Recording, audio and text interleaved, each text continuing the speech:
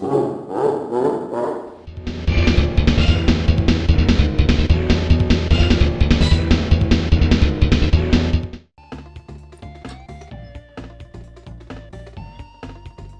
you can see the difference. Mm-hmm. 35 minutes, an hour 17. We gotta explain this, don't we? Should I tell them, or do you want to tell them? You tell them. So, we did a recording and got through 3/4 of the game, and then, Elgato, that cat thing, it, failed to record it. So, Grimm arguably failed the challenge already. But because I don't want to leave you guys without the end of the videos, I'm just gonna redo it. It's... I hate so much right now. That's you. I've literally spent like the last hour just powering through Donkey Kong to where we were the first time. You know, we could have waited till the end of the episode and let them live with the illusion that you're still doing this right. Oh, but, nah. It's better just to pull out the Band-Aid, man. You're correct. That's my general view on things. Our fans demand honesty and integrity and perfection and all that nonsense. I'm not sure about that, but okay. They demand something. I'm not sure what that something is, but they demand it.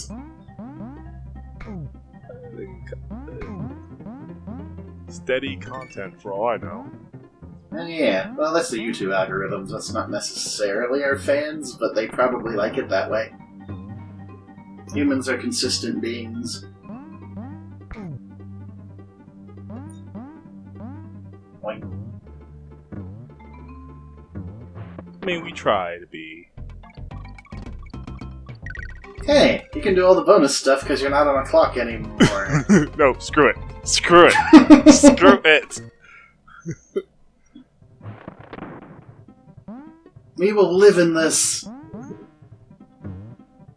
Screw it.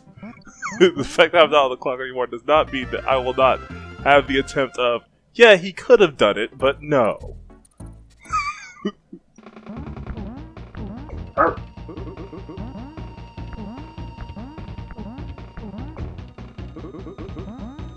That sound effect is familiar from something modern. What? That I think it's from... It might be from an old Banjo-Kazooie thing. Oh, that's right. That was the same company, wasn't it? Yeah. But they weren't Rareware anymore. There's something else. No, that's ukulele. Ooh. Yeah. Wait, does the bat say it? Because I think that's something Banjo did. I don't entirely... I'm not entirely sure. Anyway, kids, or people who can't remember any of the games we're talking about, reused assets. I mean, every asset's reused at some point, right? Yeah, I guess. Even Vanillaware does that, but that's more from a functional standpoint than an aesthetic one. Also, I re-downloaded Odin Sphere.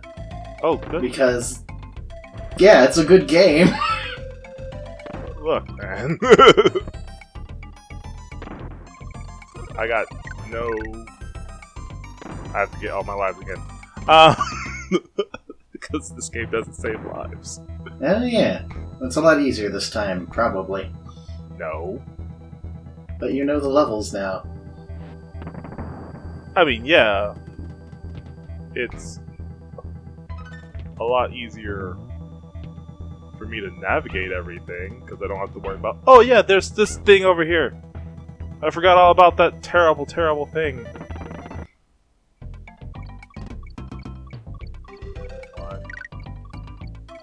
Oh. For those who don't know, Odin Sphere is the game that, well, it probably does the best job at retelling Norse mythology. Ooh, I can't even say that anymore. Oh, wait, what beat it?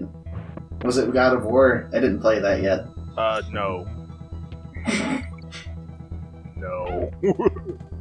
like as good as God of War is, like if I had to choose between it and Odin Sphere, like it's not a contest between the two as far as like which game I'd rather play, or even which game is better. Yep. Like Odin So, Sphere. what beat it in Norse mythology? Jotun. Jotun? Yeah, it's a Scandinavian.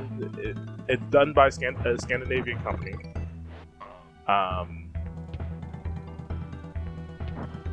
And it's about getting into Valhalla.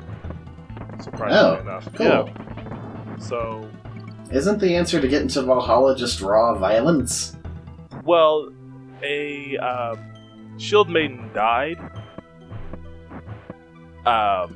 outside of fighting. She died in a shipwreck, and so Odin is giving her a chance to basically amend her issues and get into Valhalla by killing all of the giants. Oh. All the frost giants? Frost giants, fire giants, cloud giants. All the giants! Yeah, it's a really good game. What's it for? I have it for PC, but I'm pretty sure you can get it for PS4, PC, or Xbox One at this point. Is it another lovely indie title? Because I haven't heard of it. It is an indie title.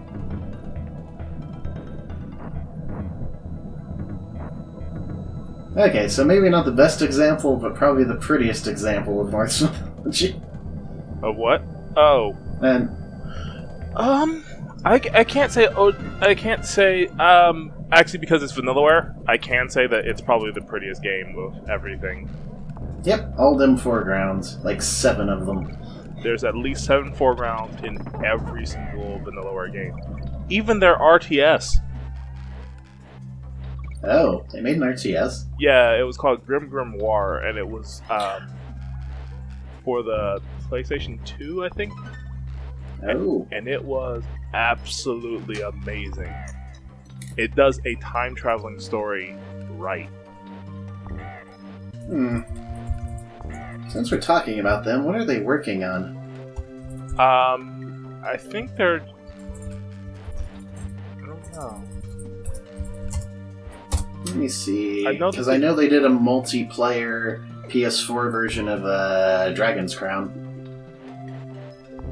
You mean? Yeah, there's 13 Sentinels, Aegis Rim. It's an Aegis. Atlas Vanillaware project. Okay. Let's see if I can find more. No, I'm good. I'll buy whatever they put out. They are probably one of my second on my dev list of favorite developers of all time. That looks to be about mechs in the city. Let's see who else is on that. Who else made that list? Because that list has gotten Squaresoft before it became Enix. no. As you now know, I don't really play RPGs. Yeah. So, sorry to say this, but I'm not like the biggest Final Fantasy. Shh, I'm watching a trailer.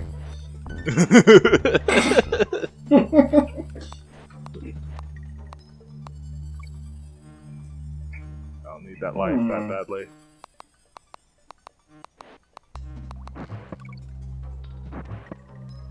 So far, it does look like a mix of the two developers.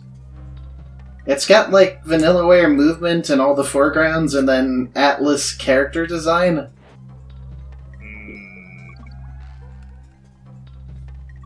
I'll have to wait to see how the story develops. I think it's about post-apocalyptic Japan. I'll have to see. And then there's a giant robot made of... It's just a giant robot. I have to see how the story develops, because like one of the best things about Vanillaware games is that their storytelling is fantastic on every single game that they have put out. As best I can tell, they literally treat it like a fairy tale or a children's storybook, and then they add adult themes. Let's see here. Yep, this is about teenagers surviving after a giant mech destroyed Tokyo. Could be cool. Should be cool. They didn't really give a lot of gameplay, though. I think it might be Persona-esque, where it's a relationship builder. That would be new for them, actually. It would. They almost always do an action game. Oh, God, nope, please. Yep, okay. Let's see. Snacks! Dev list. Oh! Bees. My God.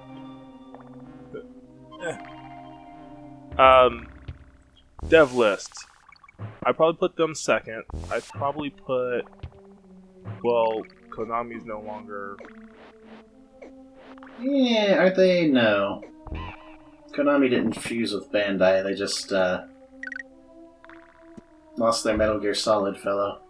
They lost Hideo Kojima, which is, like, the only real reason I went with, would buy a Konami game.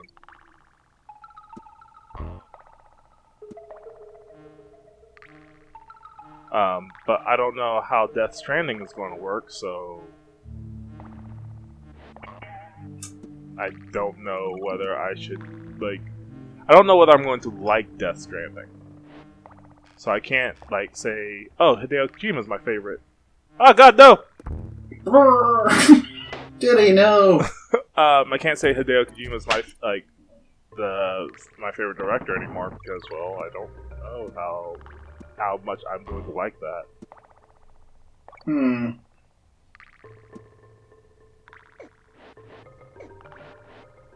I kind of imagine it turning out sort of like Dragon Ball Super. Like, what's Toriyama gonna do without, corporate censorship stopping his stuff? And so far that's been fine. It's sillier, but it's fine.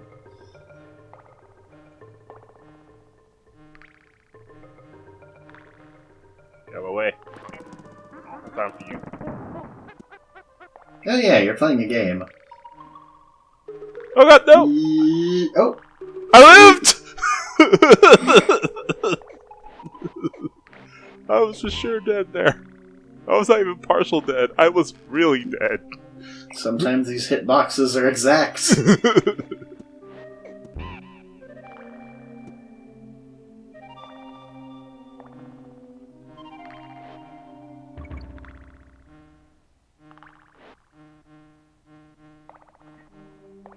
Buzz, buzz, buzz, buzz. So buzz, quiet. Buzz. Oh, Do you God. hear that in your nightmares, Grimm? Giant bees buzzing? Yes. Yes.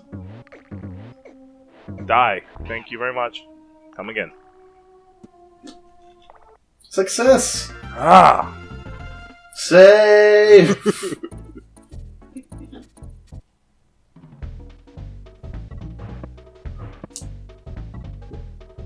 Oh, God. What's our time frame? I got a minute, and then we're about at 15. Alright, well, we're going to take care of Poison Pond then. And we'll just go a Okie little bit dokie. over. Oh, God, nope. Fish! Capcom has been one of my favorite developers for a long, long time. Yeah, I like them too, but they dropped Breath of Fire, and... Well, no, Capcom... Okay, you have to understand. And I said this to Jade Eaton a while ago, and I don't know if he watches these or anything like that, but he'll confirm it.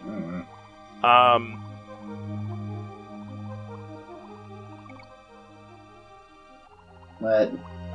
So I have a feeling that in the bottom of Capcom, in the absolute bowels of that company, there's just one really, really, specific guy who's in control of quality. Okay? Oh. And he goes, and basically any game that anyone ever wants, he essentially goes, yeah, but that game's wouldn't be good enough for our fans, and just cancels it. But I was always under the impression they looked at past sales figures and were like, it didn't reach quite black. We want it to be black. Well, like, they do that for even good games, though. Like, Yeah, like good point. games that make, like, I'm still waiting for a Dragon's Dogma sequel, honestly. I think that one sold. It did, for as all I know. Or an Ashura's Wrath spiritual successor. That kind of thing.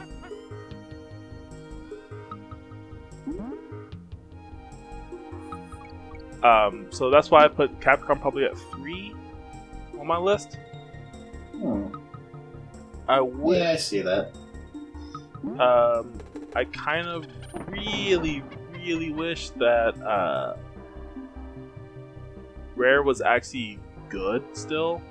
I mean, they still do a lot of weird things, but... Do they still exist? Yeah. They still exist. As Rare? Yeah.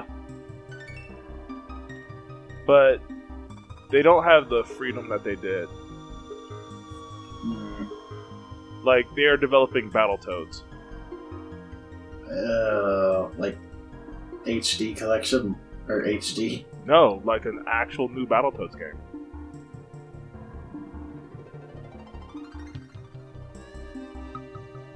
They had a trailer for it at E3 this year. So there's actually going to be a new Battletoads game. I'm going to see... What? Will it be complete? Most Battletoads games are complete. Whether you can beat them to completion is a different problem. But, you know... They're mostly there. In spirit.